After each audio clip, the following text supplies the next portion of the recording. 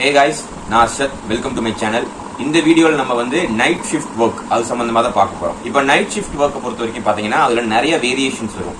Evening 6 PM இருந்து காலையில ஒரு 4 AM வரைக்கும் ஒர்க் பண்ற ஆளுங்க, நைட் ஒரு 10 PM இருந்து காலையில ஒரு 5 or 6 வரைக்கும் ஒர்க் பண்ற ஆளுங்க, இந்த மாதிரி நிறைய வகையான வேரியேஷன்ஸ் இருக்கு. பட் எத்தனை வேரியேஷன்ஸ் இருந்தாலும் இவங்க எல்லாருமே பாத்தீங்கன்னா இந்த நைட் ஷிஃப்ட் ஒர்க்கர்ஸ் அப்படிங்கிற கேட்டகரியில தான் வருவாங்க.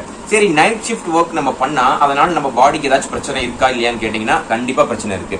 அதாவது ரிசர்ச் என்ன சொல்லுதுன்னா, யார் ஒருத்தங்க ரெகுலரா பல மாசமோ இல்ல பல வருஷமோ யார் ஒருத்தங்க ரெகுலரா நைட் ஷிஃப்ட் ஒர்க் பண்றாங்களோ அவங்களுக்கு கார்சினோஜன் ஏற்படும் அப்படின்னு சொல்றாங்க. கார்சினோஜன்னா கேன்சர். மென்னா இருந்தாங்கன்னா அவங்களுக்கு ப்ராஸ்டேட் கிளாண்டுங்கிறது பிளாடருக்கு பிலோல இருக்கிற கிளாண்ட், அங்க கேன்சர் வரணும். இதே விமனா இருந்தா அவங்களுக்கு பிரெஸ்ட்ல கேன்சர் வரும், பிளஸ் யூட்ரஸோட வால்ல அதுலயும் கேன்சர் வரும்னு சொல்றாங்க. இதே மென் அண்ட் விமன் ரெண்டு பேருக்கும் காமனாவும் இந்த காலன் அப்படிங்கிற ஒரு ஏரியா லார்ஜ் இன்டெஸ்டைன்ல இருக்கும். லார்ஜ் இன்டெஸ்டைன்ல காலனுங்கிற ஏரியா நிறைய பிளேசஸ்ல இருக்கும். சோ மென் அண்ட் விமன் இவங்க ரெண்டு பேருக்குமே அந்த காலனுங்கிற ஏரியால கேன்சர் வர்றதுக்கு வாய்ப்பு இருக்கு அப்படின்னு சொல்லியும் ரிசர்ச் சொல்லுது.